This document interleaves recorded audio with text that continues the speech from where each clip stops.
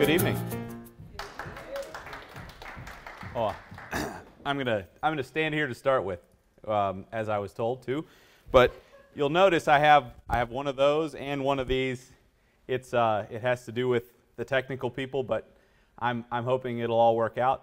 Before we get deeply into this, I am really pleased to be here tonight. I actually have joined the ESON group, and I'm looking forward to actually showing up sometime where I don't carry quite the weight of expectation that I did this evening. But the program that I was asked to talk about this evening has to do with contracts, but it's probably not what you're thinking. So I want to put you at ease that there's almost nothing technical that will go on this evening.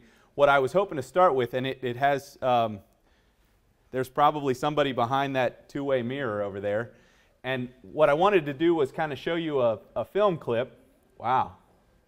And once you've seen it, I'm hoping that you'll be able to kind of gather yourself and think about how this would impact your business. So, and I always try and use things that are a little bit, yeah, the lights are coming down. Don't worry. Thank you, Carl. Appreciate it.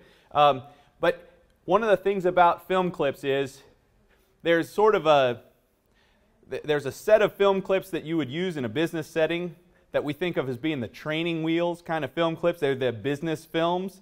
And I really like the idea of using non-business films in order to prove business points. So this is one of those times. So if you don't immediately latch on to how this film clip has to do with what we're going to talk about tonight, I promise I'll try and make it all work by the end of it. So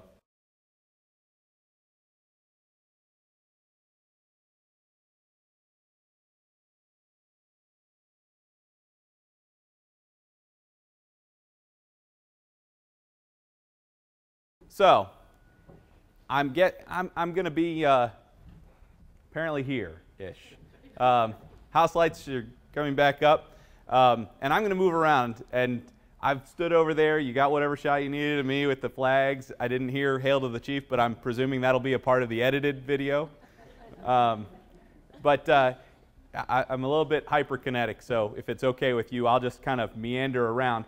The thing I love about Sam Jackson, in addition to wishing to be him when I grow up someday, is he's a guy that in any movie, there's something of him that you can tell comes through in every character, right? Now, I didn't see Snakes on a Plane, so we'll set that one aside. But everything I've seen him in, you have to think there's at least a part of him that he's not acting for. He's just that guy, and I love that about him. In particular, this movie, and have any of you seen Coach Carter the whole way through? If you haven't, I highly commend this to you. It's a great story. It's based on a true story of the Richmond, California basketball team and what he did, what this coach did in terms of turning it around. But what I love about it is there is no better picture in my mind. And I've seen training videos and all kinds of different things, and Patrick Lencioni and Ken Blanchard and all these guys who do great business things. There's no video, in my experience, that captures the idea of what we're in business to do than that video right there. And it really has nothing to do with business. And here's the picture, and I apologize for this analogy, but it's really the only one I have. So I'll use it, and hopefully you'll get over it. But I have 4 kids, and my wife and I are particular about the fact that we want to raise our kids with a Christian worldview.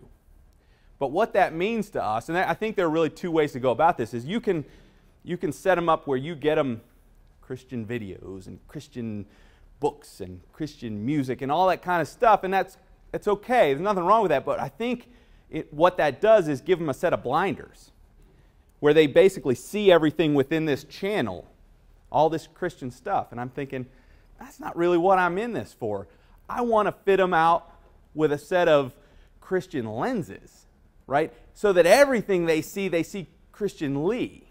And so from a business standpoint, I don't want to paper myself in all the coolest and hippest and newest business stuff. All the accoutrements that say I'm up to speed in business.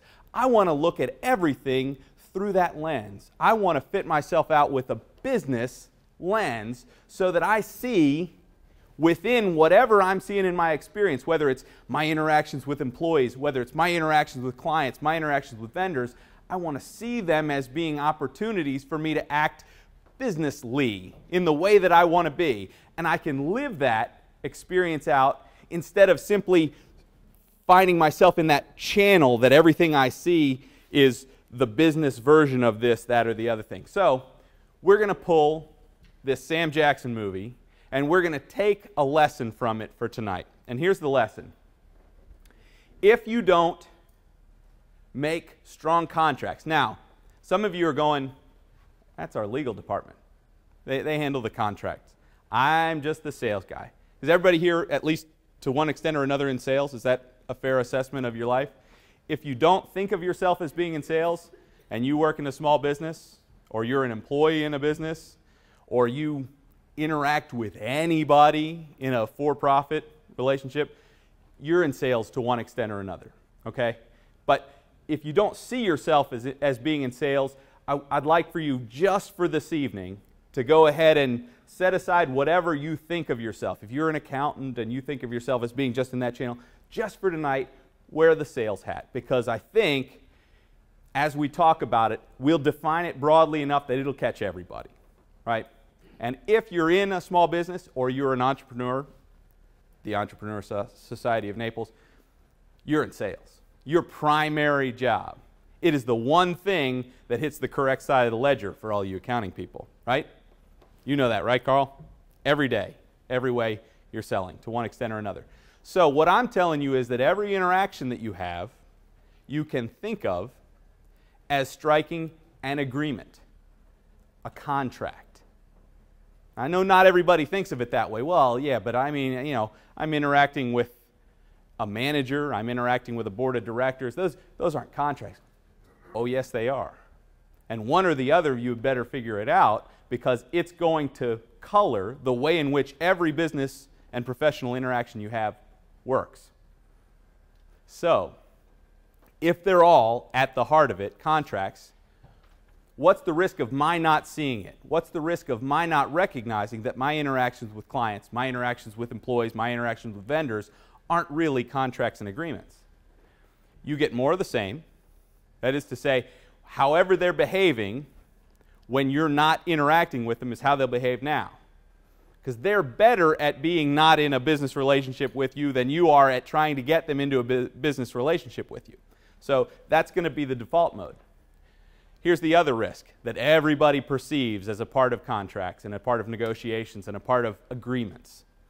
They get angry. Oh, well, if I'm too forward, if I'm too pushy, they'll be angry with me. Now, don't mistake this. There are styles.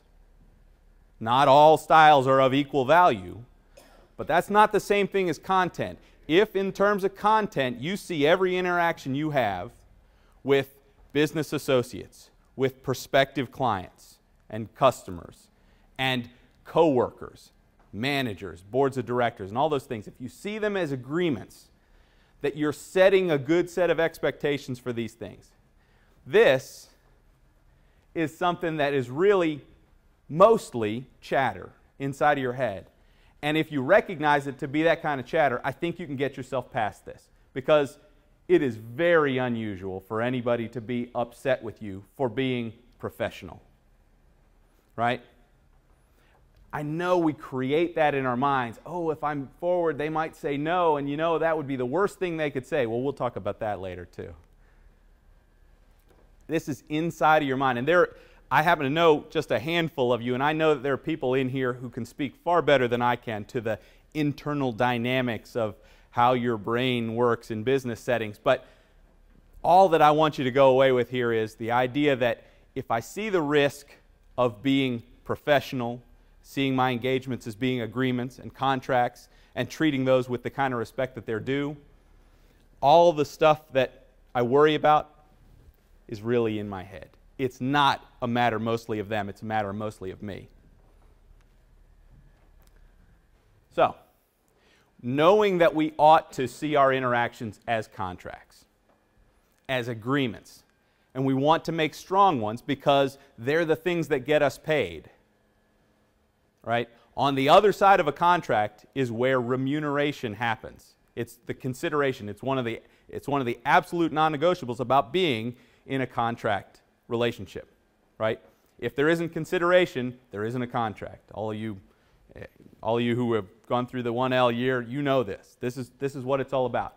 And I think we can knock it into 3 pieces that'll help us take a look at this. One of them is we need to make sure that we're clear about what our arrangement is going to be. If I'm going to enter into a contract arrangement, if I'm going to enter into an agreement with a prospective client, I want to make sure that I'm clear about my expectations. I want to make sure that I'm communicating clearly that set of expectations and that I'm listening. I've cleared all the chatter out of my head that keeps me from effectively listening to what's going on when they're talking. And I think we can gain that clarity by just taking a minute and pre-gaming. One of the things that comes from preparation is that we get this kind of clarity. Now, some people I know believe that they do their best work on the fly. It'll come to me. You know, I don't want to plan in advance what to say because then it'll sound rote. It'll sound like I'm reading off of the cue cards. I get that. But I want you to go through that point. I don't want you to not go to that point. Okay? So here's the learning curve of scripting. I can freeform it. I can not decide what I'm going to say in advance. I can get into an interaction with a client, and I can go, I'm just going to let the words come to me, and you and I are going to sit, and we're going to have a free flow of ideas. And what's going to happen? I'm going to get dragged down every rabbit trail there is, because I have no plan for how this is going to go. Or I can script it out. I can plan what it's going to sound like. But I can stop there, and I can go, well, Ms. Prospect, it's nice of you to have me in. I just want to let you know that I'm very pleased to be here with you, and if you'll give me the opportunity, I think I can tell you exactly why it would be a wonderful idea for you to do business with me. Okay, that's a step on the way. I understand that's what people think of as scripting. But what's better than that is you can go through that point to where you can have planned it out, and your interaction with the prospect can feel to them just as easy as that free flow that you had before. But it's not because of a lack of planning, it's because of how well you've planned. You're envisioning all of the different scenarios, the possibilities. They might try and drag me down this way and get to talking at the very beginning of our conversation about how much my product/service costs. And I know I don't want to go there. But if I can see that coming, I can make the right arrangements in my head, and I can smoothly transition through those points. So I would contend to you that it is not a lack of planning, it's an abundance of planning that allows you to feel the free flow of ideas within a conversation with a client. It's knowing where all the pitfalls are. Somebody had asked me about working on that. That's how you avoid the pitfalls. It's not by leaving things freeform. It's by knowing so well where this conversation can go that you don't have to be thinking about the next thing you're going to say. You can be listening, and you can be attentive in your listening and still be at the ready for the moment that the opportunity avails itself for you to say, what an interesting thing that you brought that up. You know, I've had that very experience before, and let me tell you how that worked out. You can only get to that point with appropriate listening, but you can only get there through planning and being ready for the moment when it arrives. Calming yourself will come exactly the same way. It will come through that clarity.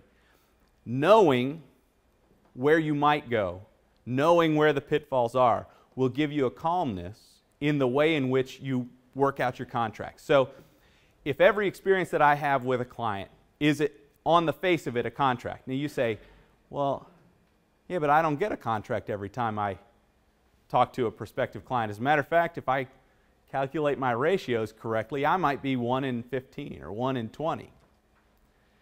That's too narrowly defining contracts and agreements. What I'm telling you is I think you can make every one of those come out to be a contract.